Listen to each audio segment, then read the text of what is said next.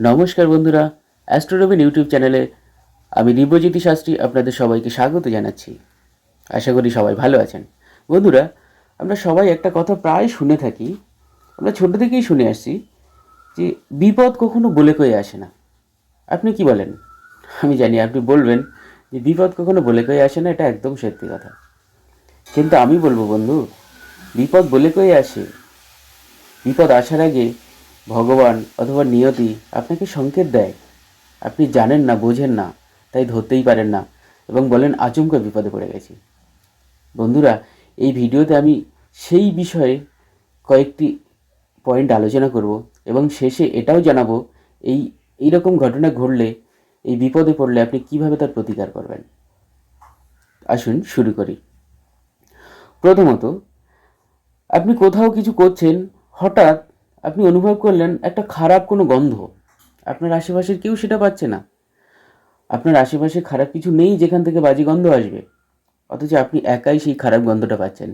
হ্যাঁ বন্ধু, এখানে আপনার সাবধান হওয়ার সময় এসেছে। আপনার চারপাশ নেগেটিভ এনার্জিতে ভরে গেছে। আপনাকে সাবধান হতে হবে, আপনার জন্য বিপদ আসছে। খেয়াল রাখবেন, আপনার আশেপাশে অন্যরা কেউ পাচ্ছে না, শুধু আপনি পাচ্ছেন।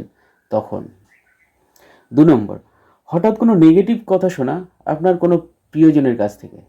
যেমন ধরুন, আপনার বাবা কিছু একটা আপনার জন্য করছে, করতে করতে বলল, আচমকা বলে ফেললো যে আমি মরে গেলে তোদের দেখবি এটা কাজে লাগবে। বলে ফেলে সে হয়তো ভাবছে এই শব্দটাই, মরে যাওয়া শব্দটা হয়তো প্রয়োগ করা ঠিক হয়নি। কিন্তু আমি বলবো, নিয়তি তাকে দিয়ে প্রয়োগ করিয়ে নিয়েছে। এটাই সংকেত। যে প্রয়োগ করে ফেলেছে সে ভাবছে আমি তো কখনো এরকম কথা বলি না, হঠাৎ কী করে বলে ফেললাম, কিন্তু বলে তো ফেলেছি। তো আপনি যদি এরকম শুনে থাকেন, তাহলে আপনার জন্যও সাবধান হওয়ার সময় আসছে। সাবধান হতে হবে আপনাকে। হ্যাঁ বন্ধু, নিয়তি আমাদের দিয়ে অনেক কিছুই করিয়ে নেয় যা আমরা চাই না। যদি আমাদের খারাপ হওয়ার থাকে, তাহলে না, নিয়তিই খারাপ করাতে বাধ্য করে। আপনি হাজার সাবধান থাকলেও নিয়তি আপনাকে খারাপ করিয়ে দেবে। যদি ভালো করানোর ইচ্ছা থাকে নিয়তির, দেখবেন আপনি না চাইতেও আপনার অচেনা কেউ এসে আপনার উপকার করে গেল, অথবা প্রকৃতি যেন উঠে পড়ে লেগেছে আপনাকে উপকার করবে বলে। পরের পয়েন্ট হলো, আপনার বাড়িতে, আপনি খেয়াল করে থাকবেন, আপনার বাড়িতে হঠাৎ কোনো কাক এসে অদ্ভুত স্বরে ডাকাডাকি শুরু করে দিয়েছে। প্রায়শ কাক আসে, টুকটাক ডেকে চলে যায়, কিন্তু আচমকা খুব ডাকাডাকি করছে এবং অদ্ভুত রকম স্বরে ডাকছে। এটা কিন্তু সত্যি বিপদ সংকেত। অথবা আপনি কোথাও যাচ্ছেন, আপনাকেই কেন্দ্র করে দেখছেন আপনার মাথার চারপাশ দিয়ে, আপনার চারপাশ দিয়ে ঘোরাঘুরি করা শুরু করে দিয়েছে এবং ডাকছে।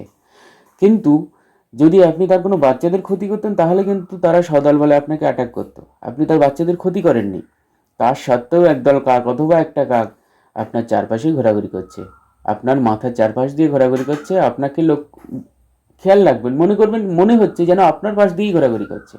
এরকম ক্ষেত্রেও আপনার কিন্তু বিপদ আসার সম্ভাবনা আছে। আপনাকে সাবধান হতে হবে। পরের পয়েন্ট দেখব যে হঠাৎ আপনার হাত থেকে কোনো প্রিয় জিনিস পড়ে গেল এবং সেটা ভেঙে গেল।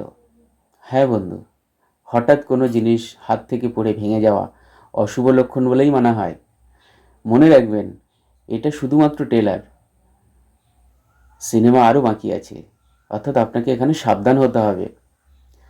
আপনারা গুরুত্ব দেন না জিনিসটাতে, কিন্তু দেখবেন এর আগে আপনি মনে করে দেখুন আপনার সাথে এমন ঘটনা ঘটেছে, 3-4 দিন পর হয়তো দেখছেন কোনো বড় ক্ষতি হয়ে গেল, অথচ আপনি জিনিসটা জানতেন না, তাই গুরুত্ব দিতেন না।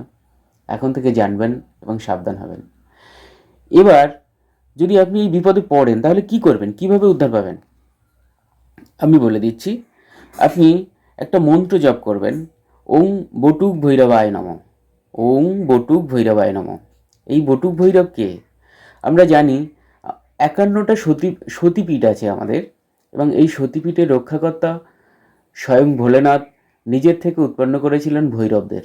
এই ভৈরবরাই হচ্ছে সতীপীঠের রক্ষাকর্তা, অসুরদের হাত থেকে রক্ষা করত, পাহারা দিত তাদের। ঠিক তেমনই এক ভৈরব হলো বটুক ভৈরব। আপনি যখন বিপদে পড়বেন, এই মন্ত্রটা জপ করবেন এবং প্রার্থনা জানাবেন যে আমি কোনো অজানা বিপদে পড়েছি, হে ভগবান, আমি আপনার শরণাপন্ন হয়েছি, আমাকে রক্ষা করুন। এই ছিল আজকের বিষয়। যদি ভিডিওটা আপনার ভালো লেগে থাকে লাইক করবেন, শেয়ার করবেন এবং আমার থেকে যদি কোনো অ্যাস্ট্রো টিপস পেতে চান তাহলে যোগাযোগ করবেন। স্ক্রিনে নাম্বার দেওয়া আছে।